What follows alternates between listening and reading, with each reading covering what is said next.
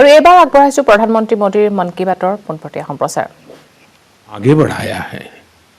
यानी जमीनी स्तर पर काम करने वाले अनसंग हीरोज को पद्म सम्मान देने की जो परंपरा देश ने कुछ वर्ष पहले शुरू की थी, वो इस बार भी कायम रखी गई है।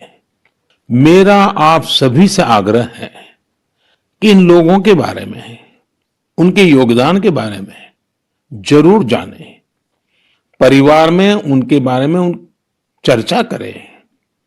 देखिएगा सबको इससे कितनी प्रेरणा मिलती है। इस महीने क्रिकेट पिच से भी बहुत अच्छी खबर मिली।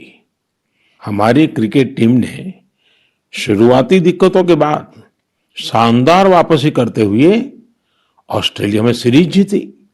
हमारे खिलाड़ियों का हार्डवर्क और टीम वर्क प्रेरित करने वाला है।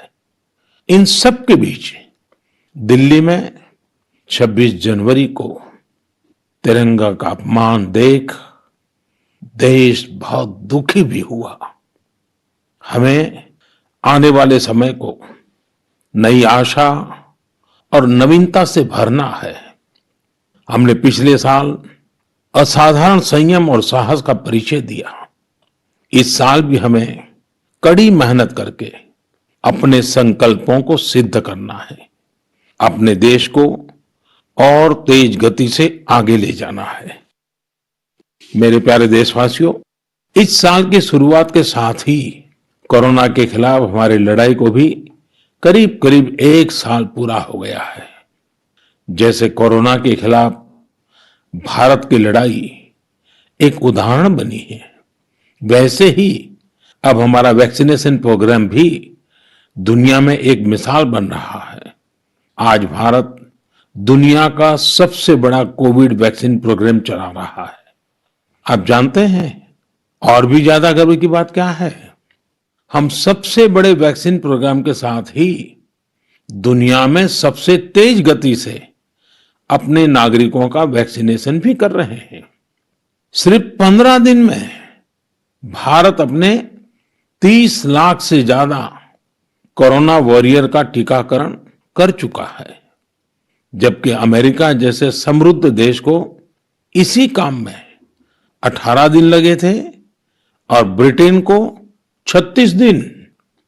साथियों, मेड इन इंडिया वैक्सीन आज भारत की आत्मनिर्भरता का तो प्रतीक है ही, भारत के आत्मगौरव का भी प्रतीक है। नमो ऐप पर यूपी से भाई हिमांशु यादव ने लिखा है कि मेड इन इंडिया वैक्सीन से मन में एक नया आत्मविश्वास आ गया है।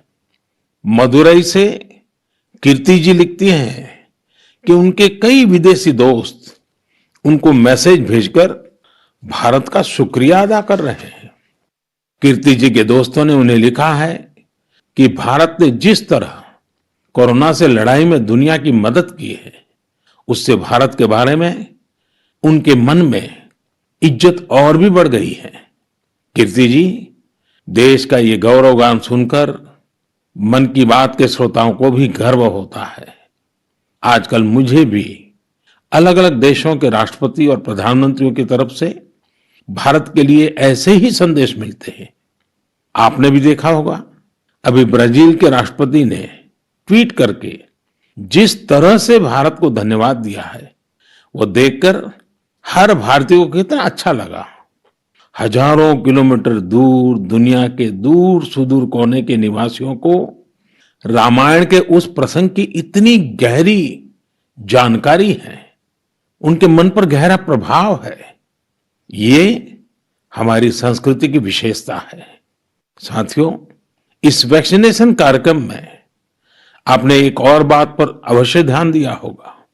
संकट के समय में भारत दुनिया की सेवा इसलिए कर पा रहा है क्योंकि भारत आज दवाओं और वैक्सीन को लेकर सक्षम है, आत्मनिर्भर है। आपने इस बार 26 जनवरी की परेड में भी गौर किया होगा, जहां भारतीय वायुसेना की 2 विमेन ऑफिसर्स ने नया इतिहास रच दिया है। क्षेत्र कोई भी हो, देश की महिलाओं की भागीदारी लगातार बढ़ रही है। लेकिन अक्सर हम देखते हैं कि देश के गांवों में हो रहे इसी तरह के बदलाव की उतनी चर्चा नहीं हो पाती। इसलिए जब मैंने एक खबर मध्य प्रदेश के जबलपुर की देखी तो मुझे लगा कि इसका जिक्र तो मुझे मन की बात में जरूर करना चाहिए। ये खबर बहुत प्रेरणा देने वाली है। जबलपुर के चिचगांव में कुछ आदिवासी महिलाएं एक राइस मिल में दिहाड़ी पर काम करती थी। कोरोना वैश्विक महामारी ने जिस तरह दुनिया के हर व्यक्ति को प्रभावित किया, उसी तरह ये महिलाएं भी प्रभावित हुई। उनकी राइस मिल में काम रुक गया। स्वाभाविक है कि इससे आमदनी की भी दिक्कत आने लगी, लेकिन ये निराश नहीं हुई। इन्होंने हार नहीं मानी। इन्होंने तय किया कि ये साथ मिलकर अपनी खुद की राइस मिल शुरू करेगी। जिस मिल में ये काम करती थी वो अपनी मशीन भी बेचना चाहती थी। इनमें से मीना रहंगडाले जी ने सब महिलाओं को जोड़कर स्वयं सहायता समूह बनाया और सबने अपनी बचाई हुई पूंजी से पैसा जुटाया। जो पैसा कम पड़ा उसके लिए आजीविका मिशन के तहत बैंक से कर्ज ले लिया। और अब देखिए, इन आदिवासी बहनों ने वही राइस मिल खरीद ली जिसमें